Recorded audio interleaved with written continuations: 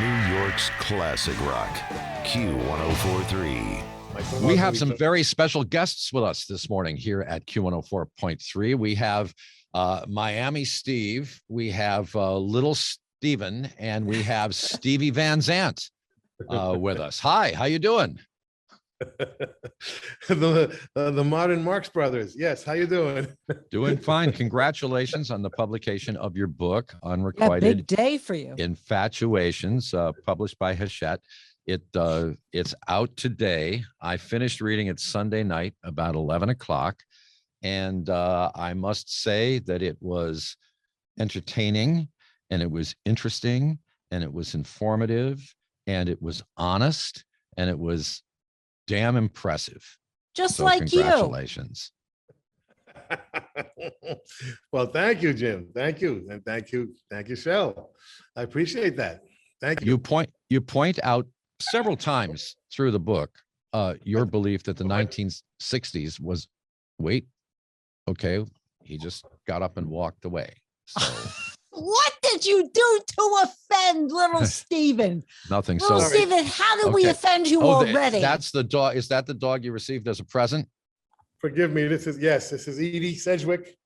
who's, Okay. We've met her. In a troublemaking mood, so I'm going to hold her for a minute. Throughout the book, you refer to the 1960s as a Renaissance period in terms of music and art and culture. And my takeaway from this book is that you are, in fact, a Renaissance man. You're a writer, you're a composer, you're a guitarist, you're An activist. a singer, and you have, of course, an activist, an actor, an impresario. I mean, it's an educator. I mean, there are so many. You know, when I opened up the interview, talking about 3 different people, there's actually about 20 different people in this book in terms of the amount of energy required to do all of the things that you do. Well, I tried to, I mean, one of the reasons for writing the book was I was hoping it would explain my life to me. You know, and it kind of, you can kind of see how one thing leads to another, you know, and that's why I went back and really tried to relive it chronologically pretty much, you know, and see how one thing, you know, you try and give your 100% to whatever it is you're doing. And then by, you know, circumstance or destiny or whatever, you know, you move to something else. And that's why in the end, I thought the book could be useful. Well, there's a common common theme, Steve, that runs through the book. At first, I thought it was a one-off line, a simple declaratory sentence, but it keeps popping up through the book with slight variations. And that is, nobody heard it, nobody saw it, nobody bought it, nobody wanted it. And those lines would be at the end of rather long passages in the book, talking about really interesting things that you were doing. Oh, and then a variation on the theme, you decided to start a record company practically the same day that the recording industry as we knew it collapsed forever. So you do not run away from any failures that you may have had in this book, but you never let those failures discourage you. You just would get up and keep moving forward. I think that's probably the main theme. I think you actually have hit on the main theme, which is you know, the title of the book. You know, that's where the title comes from. You know, the fact that you know, I'm looking for a bigger universal theme than just my own story, and I wanted to make sure there was a balance between my narrative and history. You know, the history I've witnessed and the crafts that I've, you know, that I've learned, you know. But I think we all go through life with a little disappointment and a little frustration, especially these days. You know, and I think the the important part is, what do you do in the face of that? What happens, because we're all going to have disappointment. We're all going to have frustration. And what do you do when that happens? How do you react to that? I think, and looking at my own life, you do these things unconsciously. You're not really conscious of it, because the plan that you had in your head is no longer viable. I mean, my whole life ended, halfway through the book. When I leave the E Street Band, that was the end of that life. Okay, that was the life that I pictured as a kid and worked at very hard for 15 years. And I finally get there, and then I walk away from that. And that was the end, more than just walking away from a job. That was the walking away from a dream, walking away from my life's ambition. You were becoming a real rock and roll star, and you describe it as kind of career suicide. Yeah, I mean, and it was not just career suicide, but almost all of any definition of the word suicide. And so now what? Now what happens? And I think this can be instructive. I think for others who run into a similar situation. It may not be exactly the same, of course, but it's something like that. And I think you find a way to move forward. And for me, that doubled or tripled or quadrupled my commitment to the political things that I was getting involved with. And I had the added bonus, since I just ended my life, of being completely fearless. I lost all fear. I'm like, what's going to happen if I walk into this place? They're going to kill me? Good. Well, do me a favor, that might sound to somebody listening right now as being a little hyperbolic, but in fact, that's what was going through your mind one day in South Africa when you were being smuggled into an area to meet some of the most radical revolutionary leaders who were opposing the apartheid regime. And you chose to open your book with that. Yeah. I wanted the book to read, like a detective, not like a Dan Brown book, where you don't know what's coming next, because I didn't know what was coming next in my life. So I wanted it to start off that way. I love third person biographies much more than autobiographies. So they would only let me do third person for the prologue and the epilogue. Right. The rest I had to do in first person. But that's my favorite part of the book, because it's it's like a third person movie, and and that's how that's how I wanted to start the book. I wanted to start the book in a way that lets people know this is not going to be a typical rock biography strictly for musicians or strictly for music people. You actually answered a question that we all have and we've never heard you answer, which is the trademark schmata on the head actually has a story. Brief, but it's a story. Well, no, I try to put everything in the book that, people have asked through the years or wondered about, and believe me, it wasn't easy. And I had a wonderful, wonderful editor named Ben Greenman, who was a huge help, because this book could have been 2 or 3 times longer, believe it or not.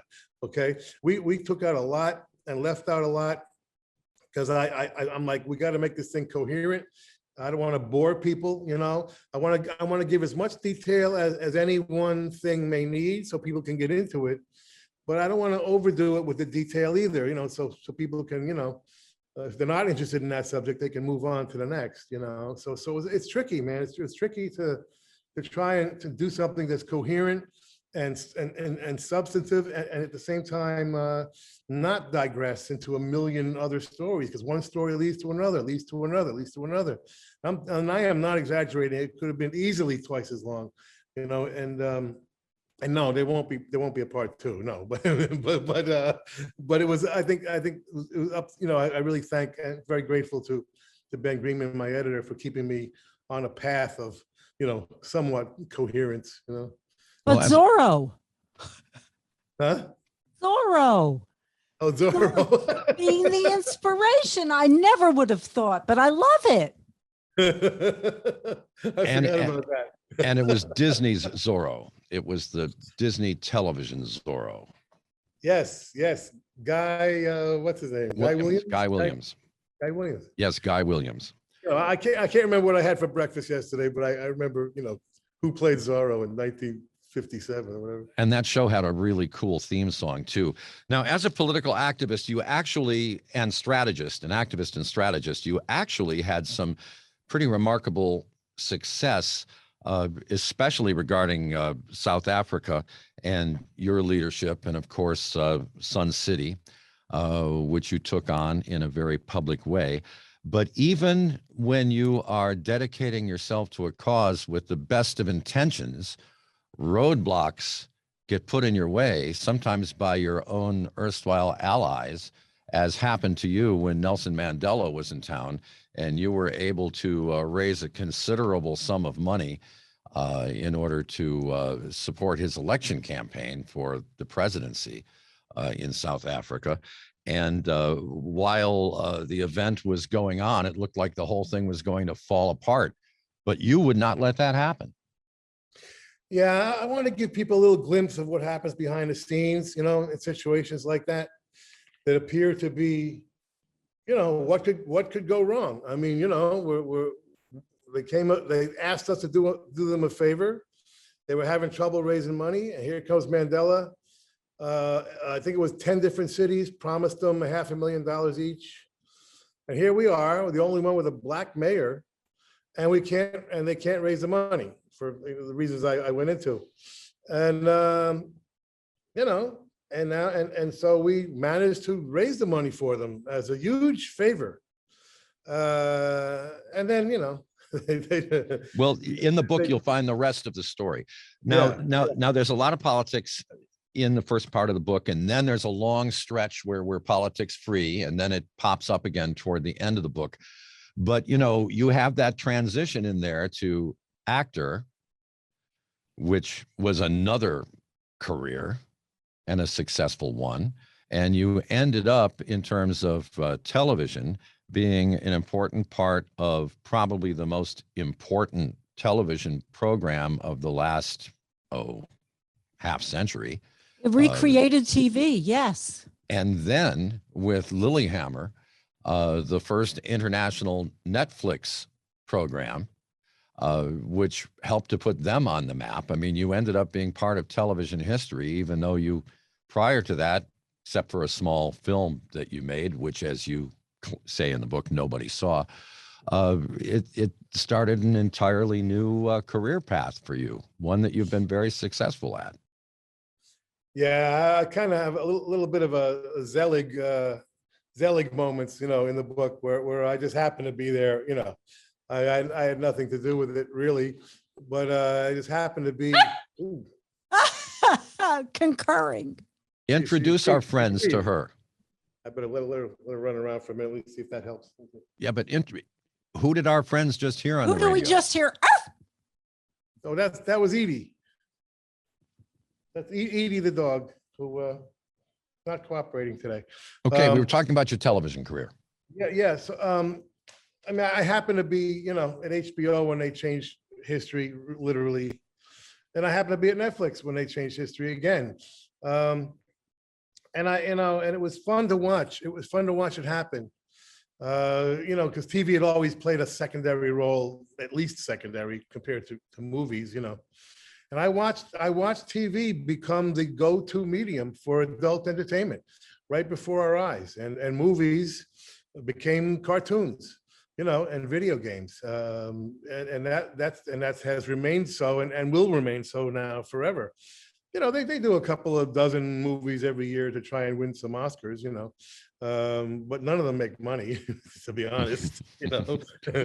And you know, suddenly, you know, the place where Marty Scorsese is going to get The Irishman done is Netflix. You know, I mean, so, you know, certain, even movies that even Oscar, you know, contender movies are getting made by Netflix as well, and HBO now, and, you know, and 20 others that I, you know, I saw, you know, I just happened to be there, and it was fun to watch. Stephen, speaking of movies and Oscar contenders, The Many Saints of Newark is coming out Friday and also available on HBO Max. Have you seen it? What kind of role did you play in the creation of it? I played no role in the creation of it. I saw it very early. David Chase played me a couple of cuts of it, like, I don't know now, 2 years ago. And I saw that. I went to the premiere the other night, and it was just terrific. It turned out great, and I had absolutely nothing to do with it. But I'm happy to say that John Magaro, playing Silvio 20 years earlier, or whatever it is, 30 years earlier, does a terrific job, and he got one of the biggest reactions of the entire night, which is why, by the way, people should try and see it in the theater. I know we've all gotten out of that habit, but certain movies, you want to see with a bunch of other crazies, with a bunch of other fanatics, and I think a Sopranos type of movie is one of those. So if you can see it in the theater, go see it in the theater with a crowd, because it's a lot of fun that way. It really is. And Lilyhammer was an award-winning program. I mean, in I Europe, love that show. but in Europe, it won the very, very like top prestigious award 2 years in a row, right? Yes, worldwide, not just Europe. But I mean, it was in Europe that the ceremony took place. Yeah. It happens in Monte Carlo, and you're competing against American shows, and if you're competing against British, I mean, you're competing against the world. And we won 2 years in a row, best comedy, second and third seasons, and I won best actor, and that information never really reached America. It never really got here, and we remained a cult throughout. I think more people discovered it during the quarantine than watched it originally, to be honest. I mean, right. I think people, just discovering it now, and then Stephen, a wonderful history you can look back on as a composer, an arranger. We played Hungry Heart a few minutes ago. We're going to play I Don't Want to Go Home in a few minutes. I mean, you have, of course, the musical career that everybody is familiar with. You're in the Rock and Roll Hall of Fame. Yeah. Oh, you sound thrilled.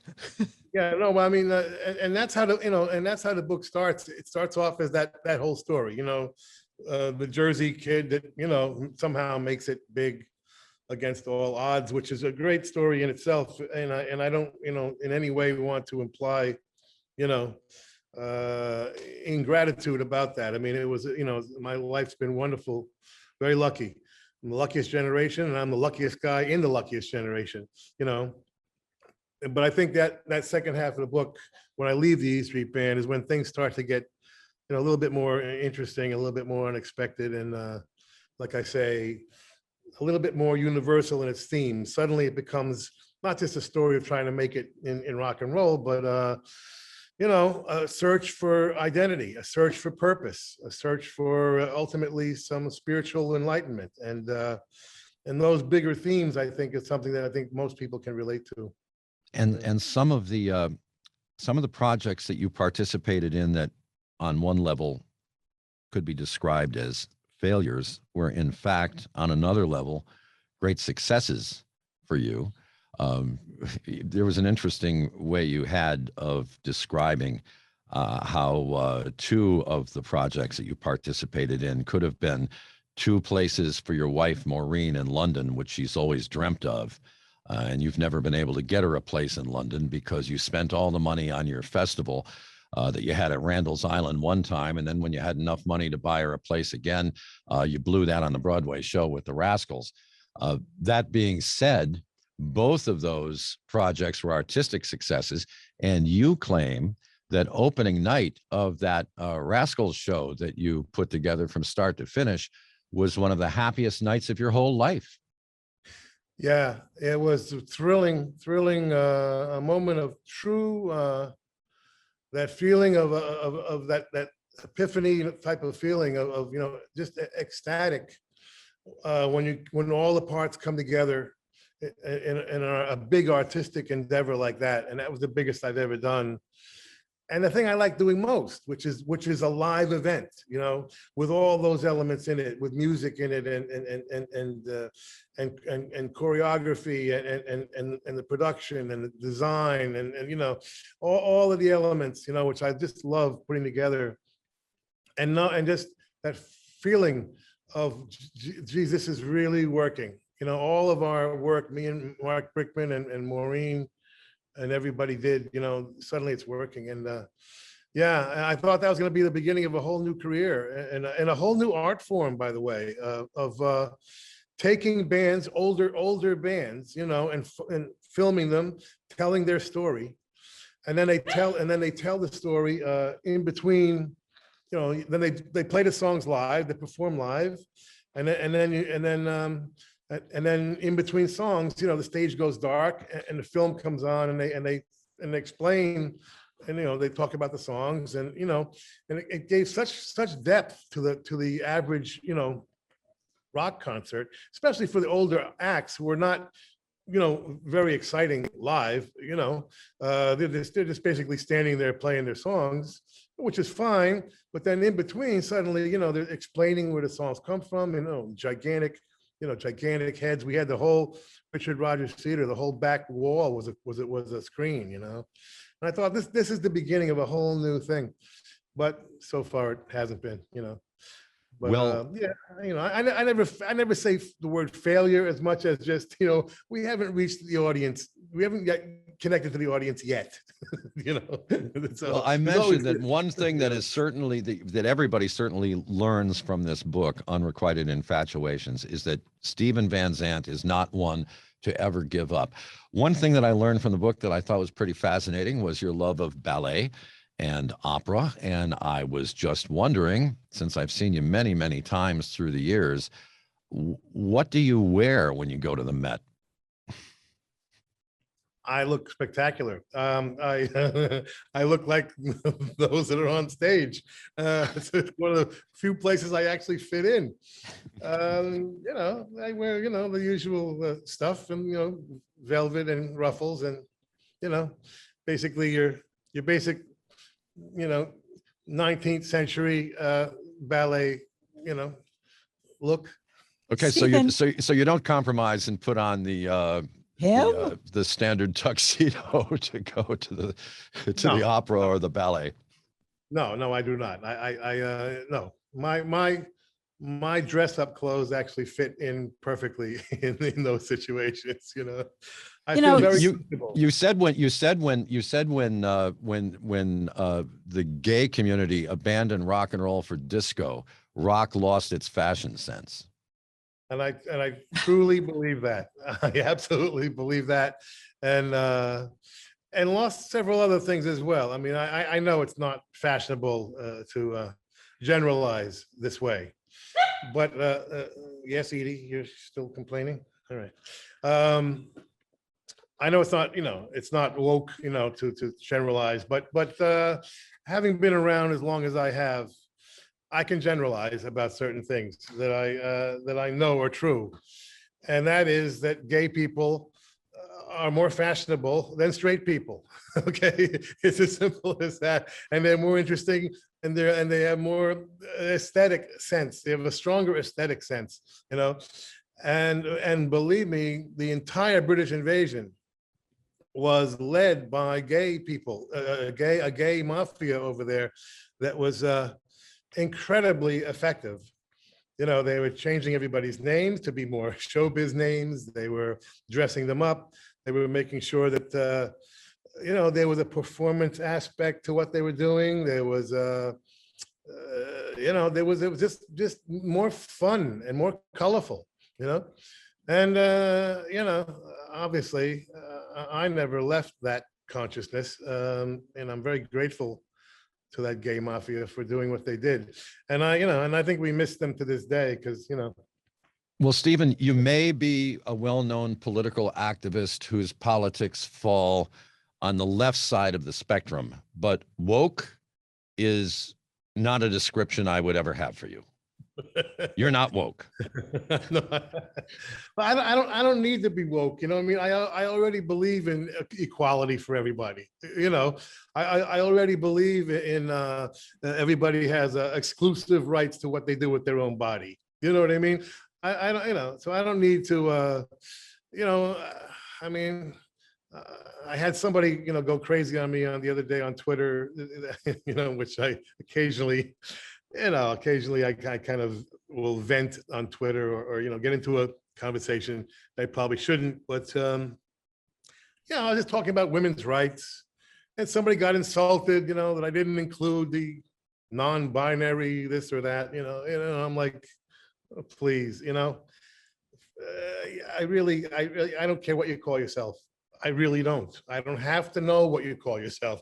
You can call yourself whatever you want. You have every right to do that, and I'm going to defend it. But I don't have to follow all the names. I'm just going to tell you right now. I believe in equality for everybody. Okay, no matter what you call yourself. I don't have to know that. You know, whatever you call yourself is fine with me. But you're going to have the same. I'm going to fight for your equality no matter what it is. And I'm going to fight for your right to the exclusive right, you know, to do what you want with your own body, no matter what you call yourself, you know. Okay, Stephen Van Zandt, the young kid from New Jersey, toward the end of the book, the young kid from New Jersey is on the stage. It's not a Bruce Springsteen and the E Street show. No, it's not a Bruce Springsteen and the E Street band show. No, it's a Stephen Van Zandt show. And joining you on the stage, and you didn't know this was going to happen, was Paul McCartney. One of the Beatles, February 1964, your life changed forever. You're the son of a wonderful man who was in a barbershop quartet, and there you were with Paul McCartney standing there right next to you on the stage performing. Come on, that has got to be like so unreal. Yeah.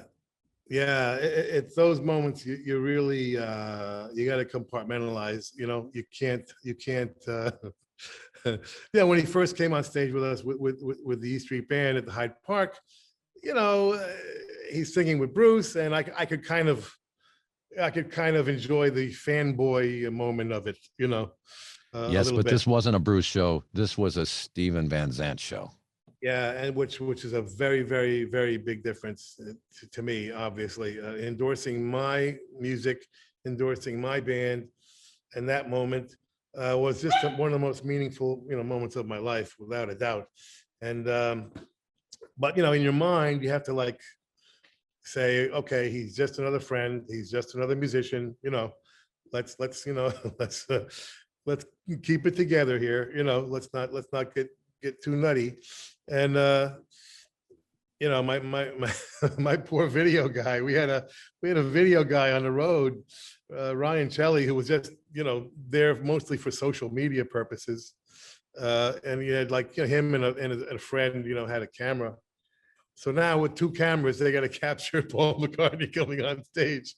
You know, one of the most momentous moments of my life, and thank God he was there to capture it. But that poor kid had a nervous breakdown trying to figure out what to do with the camera, with one camera, really, and one other. Anyway, that was a great way, you know, and my new managers, who I never had managers, which is, you know, a theme throughout the book also. Yeah, and then when you did, it didn't work out so well. Yeah, for a minute there, but these are the first real managers I ever had, and they've been great, and they encouraged me to write the book in the first place, and they came up with that ending, you know, which really brought it full circle. And at that point, I said, that's a good way to end this thing, and because, you know, I didn't want it to be a political book. You know, I only have literally, I saved all that politics for the very end of the book. I think, what was it, 1 page, maybe 2 pages? You know, that's it. I'm halfway through an entire political book, which I may get out next year. But you know, I didn't want this book to be about politics, you know, because, you know, so I just did a page or two of just conversation starters in case somebody wants to talk a little politics. But I didn't intend for this to be a political book at all, and it's not. Well, Stephen, in about half an hour, about 8 this morning, we're going to premiere the new song by John Mellencamp and Bruce Springsteen called Wasted Days. Have you heard that yet? No, I have not. Well, then make sure you turn the radio on at 8 o'clock because we're going to be playing it. I will do that. That's Right here at exciting. Q104.3, the home station for Little Steven's Underground Garage. We were the first station to pick that show up. That's now on what, 250 stations around the world? It's in 100 countries around the world. Yeah, I don't know how many stations, but it's in 100 countries. And Well, it's on about 250 stations here in the U.S. yeah, you guys were the Netflix of radio. You know, you guys had, you know, you had the first, you were the first affiliate, and boy, was that important, man. You know, nobody wanted my show. Everybody turned it down, and you guys taking the show, being as important as you are, really helped open the door, and I'll never forget that. So I thank you. I have one other question for you, Stephen. After the success of Bohemian Rhapsody and winning Oscars, I'm sure that you guys have been approached to be part of a biopic. Is there any interest at all? Could there be? And your life. Would you be interested? Well, yeah, the E Street Band business wouldn't come to me. You know, it would go to John Landau or you know. No, I don't. I've never been approached personally. No, you know, could be.